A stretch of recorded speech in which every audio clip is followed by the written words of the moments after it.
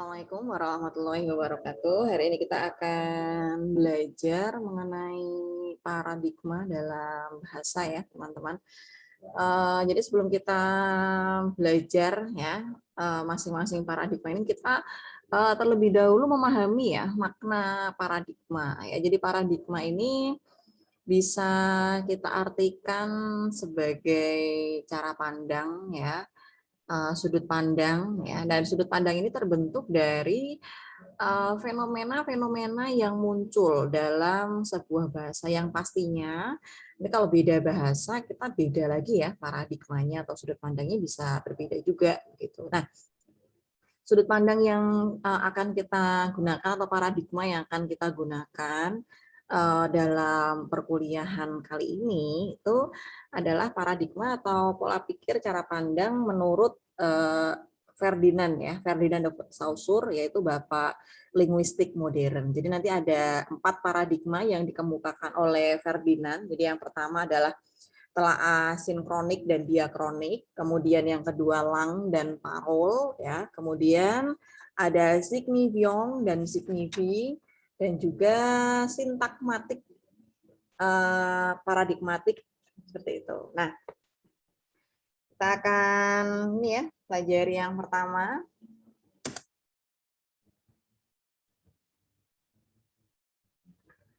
Berkenaan dengan telaah sinkronik dan juga diakronik. Jadi Ferdinand de Saussure itu membedakan telaah bahasa itu secara sinkronik dan diakronik. Nah, untuk telaah sinkronik itu merupakan telaah atau telaah yang mempelajari bahasa dalam kurun waktu tertentu. Jadi misalnya kita mempelajari bahasa yang muncul pada saat zaman Jepang gitu ya, atau misalnya kita mempelajari bahasa Indonesia pada tahun 20-an. Jadi hanya satu waktu saja nih. Apa sih ciri-ciri yang muncul gitu ya. Jadi misalnya kalau misalnya pada tahun 20-an bahasa Indonesia itu masih menggunakan ejaan-ejaan dari Melayu kuno misalnya, atau Melayu Riau misalnya seperti itu. Nanti pada tahun misalnya 40 atau zaman Jepang ya 40-an, 45 itu apakah masih sama dengan tahun 20-an? Pasti berbeda ya, ada perkembangan-perkembangan. Entah itu perkembangan ejaannya atau perkembangan kosakatanya. Jadi ini ya, telaah sinkronik ini khusus mempelajari bahasa pada kurun waktu tertentu saja, tahun-tahun tertentu atau pada masa-masa tertentu saja.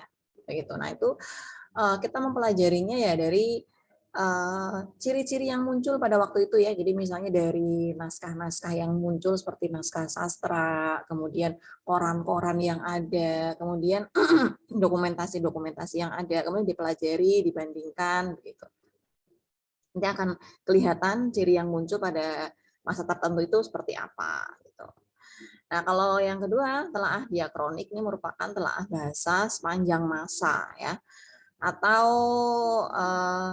mulai kapan bahasa itu digunakan oleh para penuturnya ya. Jadi kalau misalnya kita belajar bahasa Indonesia nih gitu ya, kalau kita belajar atau kita ingin telaah secara diakronik ya berarti kita harus mulai telaah ini mulai sejak zaman pertama kali digunakan ya. Jadi kalau bahasa Indonesia itu kan kita sejarahnya kita menggunakan Melayu Riau ya. Jadi Melayu Riau ini dipakai sejak kapan? Oh, sejak zaman Sriwijaya nih, kerajaan Sriwijaya. Nah, ini sampai sekarang bagaimana perkembangannya ya? Kita lihat tahap demi tahap perkembangan yang ada itu diungkapkan. Kita telaah. Itu namanya adalah telaah diakronik. Berbeda ya. Nah, kemudian paradigma yang kedua yang diperkenalkan oleh Ferdinand itu adalah konsep lang dan parol. Ini kita pernah ya belajar ini ya. Jadi untuk lang ini merupakan bahasa tertentu sebagai suatu sistem ya. Jadi bahasa yang memiliki sistem tertentu. Nah, ini contohnya bahasa Inggris, bahasa Indonesia, bahasa Jawa, dan seterusnya. Kalau parol ini pemakaian atau realisasi lang ya oleh masing-masing anggota masyarakat. Dan sifatnya ini konkret ya.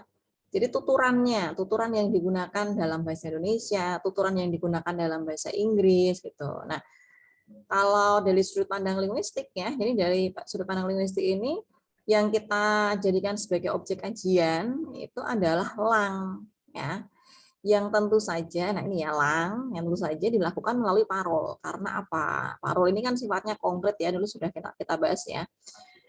Jadi yang bisa diteliti atau diamati itu adalah parolnya, tuturan yang ada di masyarakatnya, begitu. Yang parol ini merupakan bagian dari lang. Gitu. Jadi kalau ditanya objek kajian atau telaah linguistiknya itu apa? Lang, gitu. Yang dilakukan secara konkret melalui parol. Nah kemudian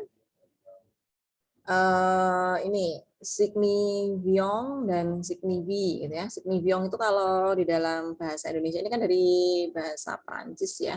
Kalau signibiong itu kalau di dalam bahasa Indonesia namanya adalah penanda. Kalau signibi itu petanda gitu. Jadi di sini Ferdinand ini mengemukakan teori bahwa setiap tanda linguistik itu dibentuk oleh dua komponen. Yang dua komponen ini tidak terpisahkan, yaitu tadi ya penanda dan juga petanda, signibiong dan signibi gitu. Nah, kedua komponen ini mengacu pada acuan atau referen yang berada di alam nyata. Jadi yang ada signibiong dan signibinya itu ya yang bisa kita lihat gitu ya di dunia nyata gitu ya. Jadi kalau signibiong ini bunyi bahasa yang melambangkan signibi ya. Kalau signibi itu sesuatu yang dilambangkan. Jadi bentuknya itu konsep yang ada di pikiran manusia. Nah ini kalau bingung contohnya begini nih teman-teman ya. Signifiong ya, tadi kan bunyi bahasa ya, bunyi bahasa yang melambangkan signifi. Contohnya ini sapi gitu. Kemudian ya signifinya itu konsep yang ada di kepala kita. Kalau sapi itu apa sih? Hewan berkaki 4. Gitu. Kalau sapi kan berjenis banyak jenisnya ya. Ada yang warnanya coklat, ada yang warnanya putih, ada yang putih hitam gitu ya. Yang dimanfaatkan adalah daging dan susunya gitu. Makannya rumput. Nah itu merupakan konsep yang ada di pikiran kita ya. Petanda yang ada di pikiran kita itu adalah signifi. Kalau signifiong itu bunyinya, bunyi bahasanya, sapi gitu. Baik nih ya contohnya ya. Jadi ini dua hal yang tidak bisa terpisahkan. Jadi signifiong kalau kita bisa mengungkapkan signifiongnya ya, kita bisa mengungkapkan penandanya, maka dalam kepala kita itu pasti sudah ada signifinya, pasti sudah ada petandanya, sudah ada konsepnya begitu. Kita mengungkapkan signifiongnya misalnya motor gitu kan, berarti dalam ungkapan kita atau dalam otak kita, dalam pemikiran kita memiliki konsep nih. Motor itu ya berarti benda yang bisa ini ya, bisa jalan menggunakan mesin ya, rodanya ada 2 gitu dan seterusnya. Nah, kemudian yang keempat ya, paradigma yang keempat itu adalah relasi sintakmatik dan juga paradigmatik.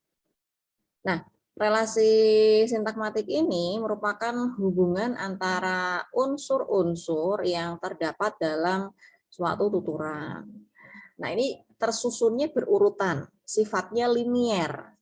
Nah, hubungan sintakmatik ini ada di tataran fonologi, morfologi, dan juga sintaksis. Nah, ini kalau pada tataran fonologi nih, contohnya, misalnya kita ada kata nih ya, kita.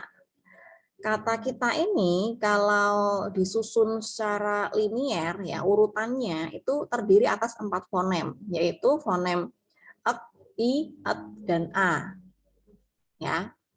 Nah, kalau misalnya disusun dengan urutan ek, i, et, a ya, itu kan nanti bisa dibunyikan menjadi kita, begitu kan?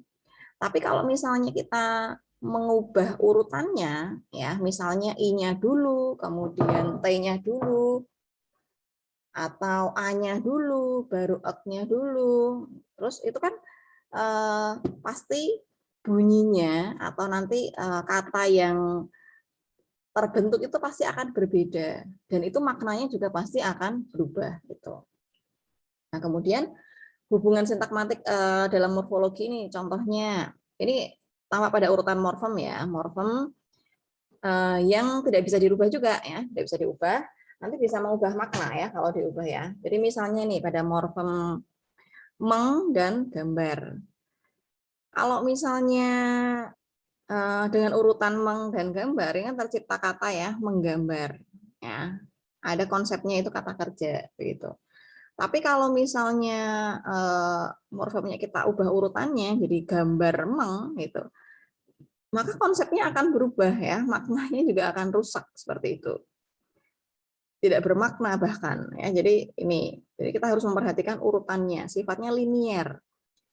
Linier tuh yang horizontal ya, horizontal.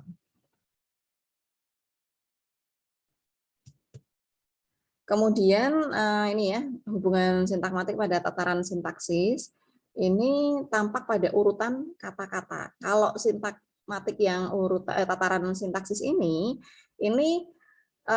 ketika diubah ya urutannya ini ada dua kemungkinan.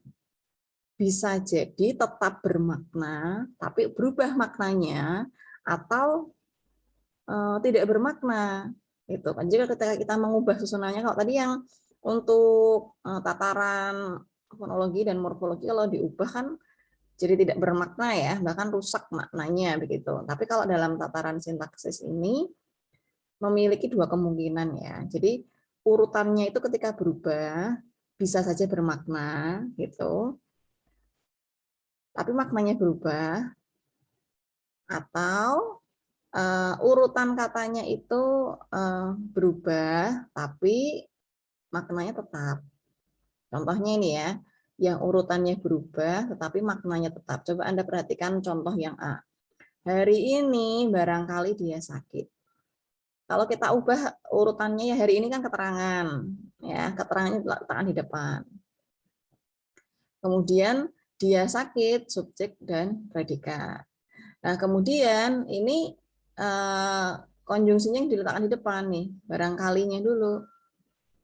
Dia sakit hari ini, keterangannya di belakang. Tapi ini tidak, walaupun mengubah urutan, tapi ini maknanya tetap sama ya. Karena sifat dari keterangan itu sendiri ya letaknya bisa berubah-ubah ya.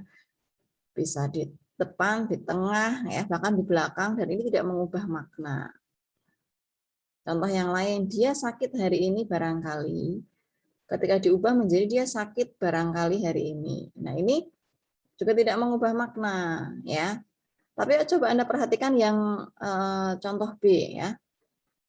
Nita melihat Dika, ketika diubah susunannya, Dika melihat Nita, maka ini akan berubah maknanya. Kalau Nita melihat Dika yang melakukan atau yang melihat itu adalah Nita. Tapi kalau Dika melihat Nita, maka yang melakukan atau yang melihat ini berubah menjadi Dika ya. Jadi tidak bisa kemudian kita samakan. Sama ini ya, ini baju baru dan ini baru baju. Nah, ini juga ketika kita mengubah urutannya ya, ini maknanya jadi berubah. Nah, kemudian hubungan paradigmatik ya atau relasi paradigmatik ini merupakan hubungan-hubungan antar unsur yang terdapat dalam suatu tuturan itu caranya. Kalau tadi kan linier ya teman-teman ya. Kalau paradigmatik ini dapat dilihat secara substitusi. Kita bisa mengubah ya secara vertikal begitu. Jadi ini juga sama ya, bisa terjadi pada tataran fonologi, morfologi, dan juga sintaksis. Ini contoh yang fonologi ya. Coba Anda perhatikan bunyi dan gitu ya, yang terdapat pada kata-kata ini rata, kata, bata, mata, data. Ini kan yang diubah atau yang apa ya, yang kita gantikan itu hanya bunyi depannya saja nih, bunyi dan saja ya. Yang kedua, ketiga dan keempatnya sama. Tapi hanya dengan mengubah bunyi depannya saja ya, itu kita bisa melihat atau menghasilkan kata-kata yang berbeda ya. Ada rata, kata, bata, mata, data. Dan ini memiliki makna yang berbeda pula, begitu. Kemudian hubungan paradigmatik pada tataran morfologi ini contohnya ini ya ketika kita menggunakan imbuhan ya. Jadi misalnya me, di, pe, dan te ini terdapat pada kata-kata merawat, dirawat, perawat, dan terawat. Ini kan juga hanya membedakan imbuhannya saja ya teman-teman ya. Dari kata dasar atau dari morfem rawat ya, dasarnya ini rawat. Ketika ditambah me, di, pe, dan te itu akan membentuk makna yang berbeda juga. Merawat, dirawat, perawat, dan terawat. Disubstitusi ya, gitu. Kemudian paradigmatik pada tataran sintaksis ini dilihat dari ini ya, kata-kata yang menduduki fungsi ya. Kalau ini fungsinya ya, fungsi subjek, predikat, dan objek. Ali membaca koran. Ali ini subjek, membaca predikat, objeknya koran. Kalau subjek, predikat, dan objeknya itu diganti, maknanya juga akan ganti. Dia memakai baju, Ani makan kue. Begitu juga kalau dengan dari ini ya kalimat atau dari klausa yang sama tapi diganti subjeknya saja. Misalnya Ali membaca koran, gitu ya. Ani membaca koran. Cinta membaca koran itu kan juga pasti memiliki makna yang berbeda. Begitu. Nah, itu adalah beberapa sudut pandang ya atau paradigma di dalam bahasa Indonesia. Semoga bisa menambah khasanah kebahasaan Anda. Baik, terima kasih atas perhatian Anda. Saya akhiri. Wassalamualaikum warahmatullahi wabarakatuh.